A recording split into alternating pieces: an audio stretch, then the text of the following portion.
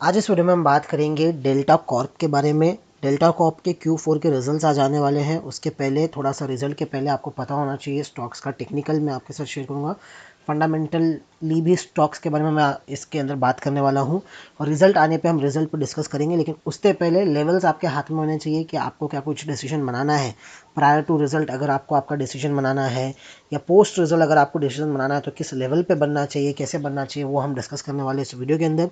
Video informative लगे तो like नहीं किया है लाइक कर सकते हो, चैनल को अभी तक सब्सक्राइब नहीं किया है तो सब्सक्राइब कर सकते हो। नीचे आपको एक बटन मिलेगा फ्री है सब्सक्रिप्शन का, लाइक ज़रूर कीजिएगा।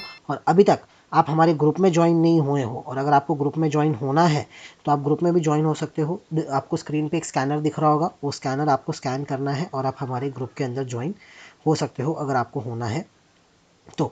अब अगर हम बात करें कि भाई आगे क्या करना है, मतलब रिजल्ट्स कैसे आएंगे, इसका रिजल्ट के पहले अगर आपको कुछ एनालिसिस करना है, क्या करना है, उसके ऊपर हम डिस्कस करें। उससे पहले डिस्क्लेमर नहीं पढ़ा है, डिस्क्लेमर पढ़ लीजिए। डिस्क्लेमर पढ़ना काफ़ी ज़्यादा इंपॉर्टेंट हो जाता है। अब हम डिस्कस करते हैं कि भाई कैसे आएंगे Q4 के रिजल्ट्स, फंडामेंटली क्या नज़र आ रहा है स्टॉक के अंदर, और टेक्निकली क्या दिख रहा है। टेक्निकली अगर मैं बात करूँ, एक इंटरेस्टिंग चीज़ आप नोट करोगे, लास्ट ईयर की अगर मैं बात करता हूँ, ये वन ऑफ दी, अब मेरे को पता नहीं ये काफ़ी लोगों को अच्छा लगेगा नहीं लगेगा, पता नहीं काफ़ी लोगों के पोर्टफोलियो में होगा, ये one of the retail favourite stock बन गया था पिछले लास्ट 6 महीना। अगर मैं बात करूँ 2020 की मैं बात करूँ, अगर 2020 के जो स्टार्टिंग के जो 6 महीना थे, वो 2022 के जो 6 महीना थे, ये रिटेलर फेवरेट स्टॉक बन चुका था। मतलब हर एक रिटेल के पोर्टफोलियो में आपको ये स्टॉक मिलेगा ही मिलेगा, मेजॉरिटी। अगर आप देखोगे तो रिटेलर की पोजीशन भी बहुत ज़्यादा है स्टॉक्स के अंदर। भर भर के सबने यहाँ पर, जब ये 260 से लेके 240 से लेके 300 के बीच में कंसोलिडेट करता था, एक दूसरा आईटीसी बन गया था। ये एक रेंज में कंसोलिडेट करता था, रेंज का ब्रेकआउट आया, वो फेक आउट हुआ, ऊपर 1-2 वीक सस्टेन किया एंड देन डंप कर दिया गया।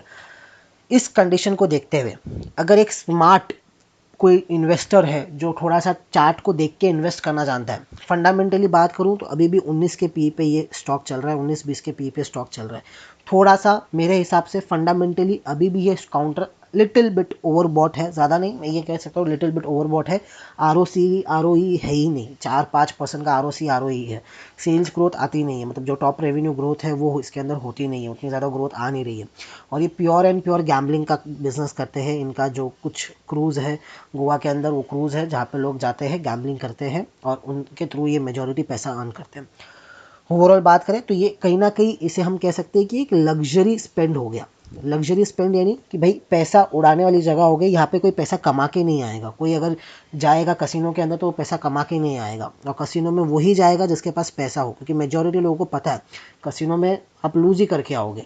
लूज़ करके आओगे तो अगर आपके पास 5,000, 10,000, 15,000 रुपया उड़ाने को है, 5-10 में बहुत मिनिमम कह रहा हूँ, कसिनो में कोई 5-10 नहीं उड़ाता है, 20-25-30,000 रुपये आपके पास उड़ाने को है, तभी ही कोई सोचता है कि मैं कसिनो में जाऊँगा। और ऐसे टाइम पे जब आपके इंटरेस्ट रेट बढ़ रहे हैं, जब आपके इकोनॉमी के अंदर रिसेशन का माहौल है, लोगों के जॉब कट्स हो रहे हैं, उस पॉइंट ऑफ टाइम के ऊपर लोग लीजर में ज़्यादा स्पेंड करना बिलीव नहीं करते। लास्ट ईयर क्या हुआ था कि भाई 2 साल लॉकडाउन था, लोगों के खर्चे एकदम कम हो गए थे, खाली खाना पीना का खर्चा होता था और कोई खर्चा होता नहीं था। तो जो पैसे बचे थे लोगों ने जैसे ही लॉकडाउन ओपन हुआ, घूमने में, ऐशो आराम में उड़ा दिए।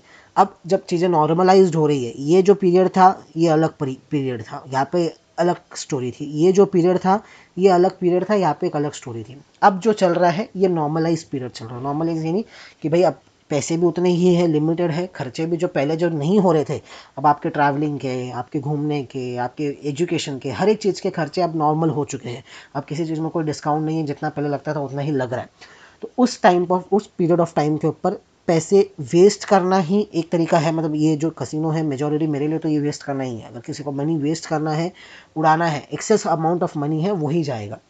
इस पॉइंट ऑफ टाइम पे पैसे उड़ाने वाले लोग कम हैं, पैसे सेव करने वाले लोग ज़्यादा हैं। तो ऐसे टाइम पे, ऐसे माहौल पे ये स्टॉक के अंदर अर्निंग आ पाना थोड़ा सा मुश्किल हो जाता है।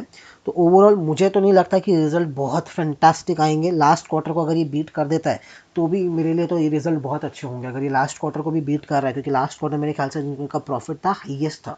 अगर उसको ये बीट कर रहा है तो कहीं ना कहीं अच्छी बात है। नहीं बीट कर पा रहा तो अभी भी थोड़ा सा ओवरबॉट है काउंटर। 160 के आसपास इसने एक अच्छा सपोर्ट बनाया है, वहाँ तक अगर रीटेस्ट करना है कर सकता है।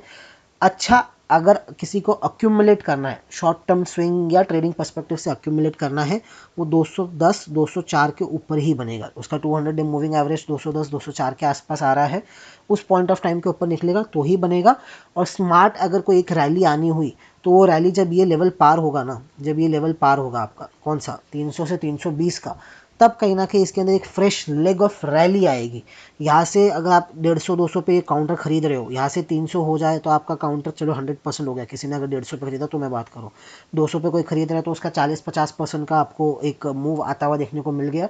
वो मूव अगर किसी को कैप्चर करनी है तो वो कर सकते हैं।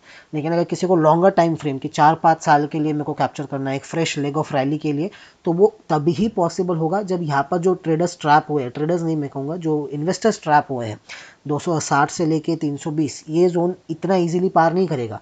क्योंकि यहाँ पे इसने 6 महीना बिताया, 6 महीना में लोगों ने अक्यूमुलेट किया। अगर आप वॉल्यूम वाइज देखोगे तो यहाँ पे अच्छा खासा अक्यूमुलेशन हुआ, पंप हुआ एंड देन डंप हुआ। डंप में उतना ज़्यादा वॉल्यूम हुआ नहीं है।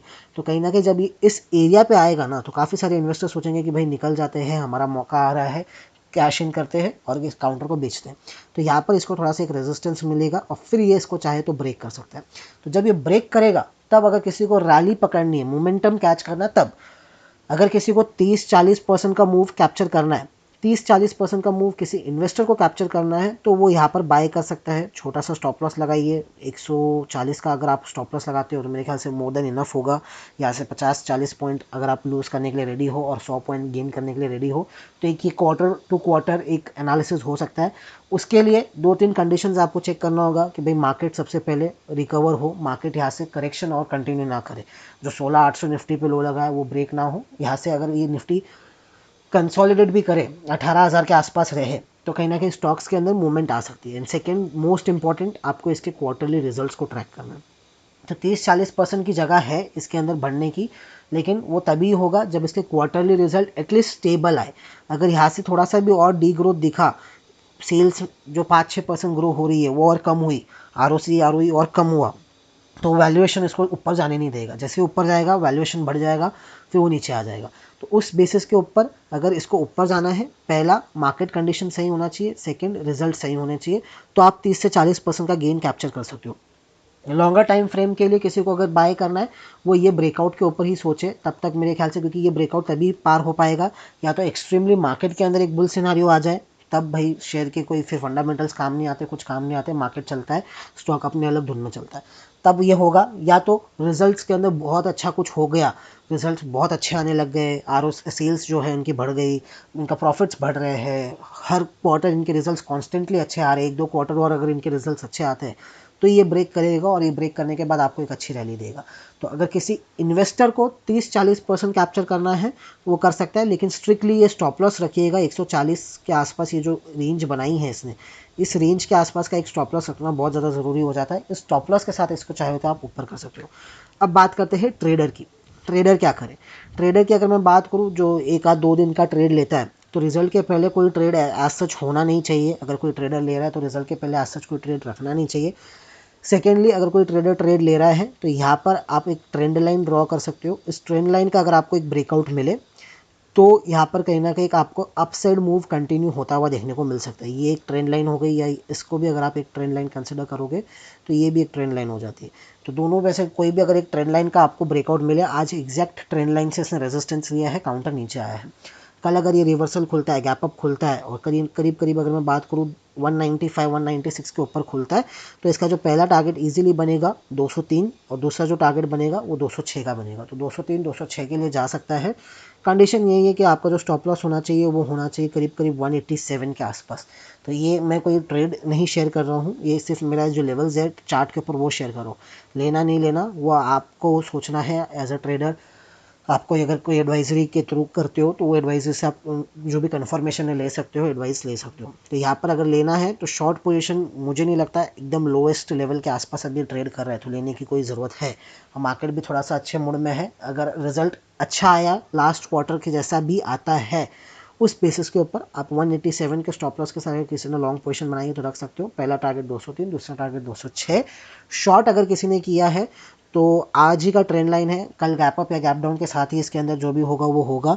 तो शॉर्ट अगर आपने किया तो हेज कर लीजिए, लॉन्ग अगर आपने किया तो भी हेज कर लेंगे तो मेरे ख्याल से ज़्यादा अच्छा लगेगा। लॉन्ग के अंदर मेरे को रिस्क कम लग रहा है, अगर किसी ने शॉर्ट किया है तो उसमें रिस्क ज़्यादा है। लॉन्ग के अंदर चार्ट पैटर्न को देखते हुए, टेक्निकल्स को देखते हुए थोड़ा सा रिस्क कम है। कंडीशन एक ही है, रिजल्ट ख़राब आया तो शॉर्ट टर्म के अंदर ये 5-10% और गिर भी सकता है, तो वो भी इसके अंदर कहीं ना कहीं चांसेस निकल आएंगे। बाकी रिजल्ट हम डिटेल में एनालिसिस करेंगे। वीडियो इन्फॉर्मेटिव लगे तो लाइक जरूर कीजिएगा, चैनल को सब्सक्राइब नहीं किया तो कर सकते हैं।